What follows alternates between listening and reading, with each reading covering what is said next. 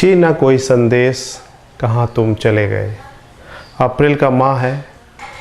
लोग अप्रैल के माह में, विशेषकर भारत के बहुजन समाज की बात करें तो माह अप्रैल में लोग उन महापुरुषों को याद करते हैं जिनका इन पिछड़े वर्गों के उत्थान में बहुत बड़ा योगदान है। शायद आप समझ रहे होंगे, जी हाँ, 11 अप्रैल और 14 अप्रैल। 11 अप्रैल को ज्योतिबा फुले और 14 अप्रैल को बाबा साहब अम्बेडकर का जयंती दिवस है। लोग इंतज़ार कर रहे हैं, इसको सेलिब्रेट करेंगे 11 अप्रैल को भी, 14 अप्रैल को भी। खैर, अभी लॉकडाउन का माहौल है, कितना हद तक लोग इसको मनाने की अनुमति प्रशासन से ले पाएंगे, ये एक अलग विषय है। ये इम्पॉर्टेंट बात है, ये बहुत महत्वपूर्ण मसला है कि हमें इन जयंतियों के अवसर पर क्या करना चाहिए। ज्योतिबा फुले या फिर बाबा साहब अम्बेडकर के आंदोलन से हमें किस तरह का जयंती मनाना चाहिए, या उनके जयंती के अवसर पर हमें अपने समाज को क्या संदेश देना चाहिए, ये हमें सीखने की ज़रूरत है। अधिकतर बहुजन समाज के लोग जो स्टैचूज़ होते हैं, जो प्रतिमा होते हैं, उनके ऊपर माला चढ़ाते हैं, उनको श्रद्धा सुमन अर्पित करते हैं, उनके सामने मोमबत्ती जलाते हैं, उनका भजन करते हैं, उनकी जय जयकार करते हैं। लेकिन दोनों महापुरुषों के आंदोलन में आप देखेंगे कि उनके भी कोई गुरु रहे होंगे। जैसे ज्योतिबा फुले के बुद्ध उनके बहुत प्रिय रहे, एक तरह से गुरु रहे। फिर उन्होंने शिवाजी का भी समाधि ढूंढा। क्या ज्योतिबा फुले ने सिद्धार्थ गौतम का, बुद्ध का किसी माला पर, किसी प्रतिमा पर क्या कभी माला चढ़ाया? क्या बाबा साहब अम्बेडकर ने ज्योतिबा फुले के प्रतिमा पर, स्टैचू पर क्या उन्होंने माला चढ़ाया? कि बुद्ध के स्टैचू पर क्या उन्होंने कभी माला चढ़ाया? ये बहुत महत्वपूर्ण बात है। हमें समझना चाहिए कि हमारे जो पूर्वज हैं, हमारे जो वो महान महापुरखे हैं, उनके साथ उनके जयंती के अवसर पर हमें कैसा संदेश समाज को देना चाहिए। क्या उनके जय जयकार करने से उनके सपनों का भारत, या वो जैसा भारत निर्माण करना चाहते थे, क्या वो बन जाएगा? ये एक समझने का बहुत बड़ा हमारे सामने एक बड़ा सवाल है हमारे सामने। बाबा साहब अम्बेडकर ने अपने जयंती के अवसर पर यह कहा कि मेरी जय जयकार मत करना, हो सके तो मेरे कारवां को मंजिल तक ले जाना, नहीं ले जा सको तो इस मंजिल को, इस कारवां को यहीं छोड़ देना, मगर इसको पीछे नहीं जाने देना। मगर आज देश का हालात, ये जो शासन प्रशासन है, आप देखेंगे पिछड़े वर्ग की जो अधिकार प्राप्त हुए वो धीरे धीरे समाप्त हो रहे हैं। यानी बहुजन समाज के पास उन दो महापुरुषों के आंदोलन से जो प्राप्त हुआ वह आप धीरे धीरे समाप्ति की ओर है। आप देखेंगे संविधान के जितने भी अधिकार, मानवीय मूल्यों को प्राप्त करने के जो अधिकार समाज को प्राप्त हुए थे, उसका हनन किया जा रहा है। ये सत्ता में बैठा वर्ग वो अपने तरीके से कर रहा है।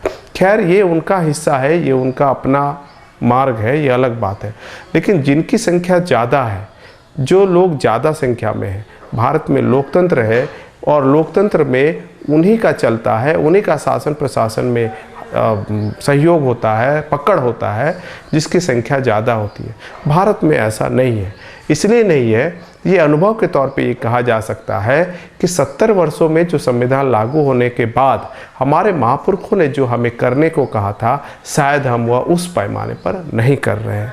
हम उनके साहित्यों का अध्ययन नहीं कर रहे हैं, हम उनको मैसेज को हम समझ नहीं पा रहे हैं, हम लोगों तक उनकी बात नहीं पहुंचा पा रहे हैं। संविधान में जो बातें हैं हम लोगों तक नहीं पहुंचा पा रहे हैं। उनके संघर्ष, उनके बलिदानों को हम अध्ययन नहीं कर रहे हैं। शायद इसलिए ही अज्ञानतावश लोग जो है उनके जयंती के अवसर पर अपनी भावना को व्यक्त करने के लिए, अपनी संवेदनाओं को व्यक्त करने के लिए उनकी प्रतिमाओं पर माला चढ़ाते हैं, उनका भजन कीर्तन करते हैं, उन पर अगरबत्ती जलाते हैं, मोमबत्ती जलाते हैं।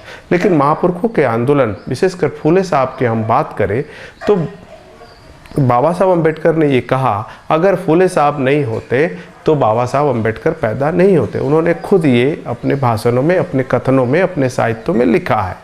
इसका मतलब यह है कि आज विशेषकर अप्रैल माह में बैकवर्ड क्लास के लोग, पिछड़े वर्ग के लोग, वो बाबा साहब अम्बेडकर को ज़्यादा याद करते हैं बनिस्पत ज्योतिबा फुले को।